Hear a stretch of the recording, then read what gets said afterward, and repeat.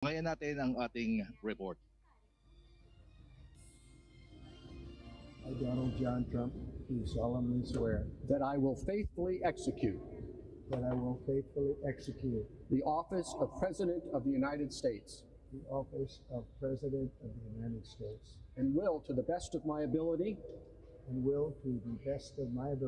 preserve, protect, and defend the Constitution of the United States. the Constitution of the United States. So help me God. So help me God.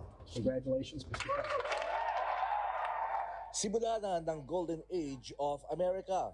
Ito ang pangako ni US President Donald Trump sa kanyang pagbabalik sa White House ngayong araw.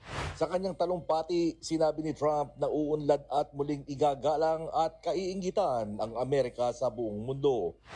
During every single day of the Trump administration, I will very simply put America first. Our sovereignty will be reclaimed. Our safety will be restored. The scales of justice will be rebalanced. Of the Justice Department and our government will end. And our top priority will be to create a nation that is proud, prosperous, and free.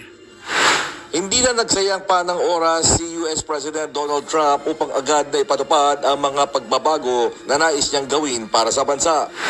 Sa kanyang unang araw sa pwesto, ilang mga kautosan ang kanyang nilagdaan kabilang ang pagkansila ng 78 polisiya ni Joe Biden.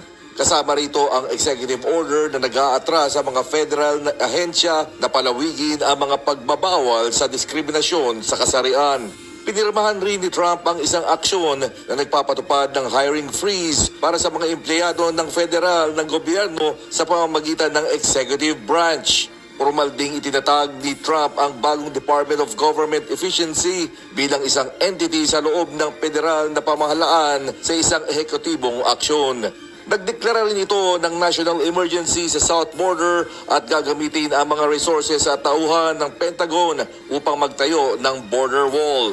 Kumalas na rin ang US sa World Health Organization at Paris Climate Accord. Pinalawig rin ito ang deadline para sa parent company ng TikTok na makahanap ng bagong may-ari o makaharap sa ban sa US. At panghuli, ang pagpapatawad o ang pardon sa mga sangkot sa January 6, 2021 US Capitol attack. We hope they come out tonight, frankly. We're expecting it. Approximately 1,500 people, six commutations. We're looking at different things, but the commutations would be the ones that we'll take a look and maybe it'll stay that way or it'll go to in a full pardon. Tatlong inaugural balls din ang isinagawa para sa nagbabalik na Pangulo. Una rito ang Commander-in-Chief Ball. Sa kanyang maiksing talumpati, muling iginit ni Trump ang kanyang planong pagpapatigil ng mga kasalukuyang gyera at pag-iwas ng madamay ang US sa mga kaguluhang walang kinalaman ang bansa.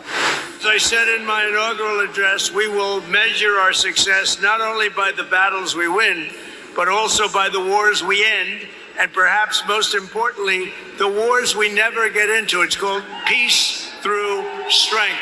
We won't have to fight the war. Pangako ng 47th US President sa US military na magiging malakas ito na walang sino man ang magtatangka na makipaglaban sa US at i-deploy ang kanyang administrasyon ang all-American-made na Iron Dome upang protektahan ang US homeland sa anumang banta ng kaaway.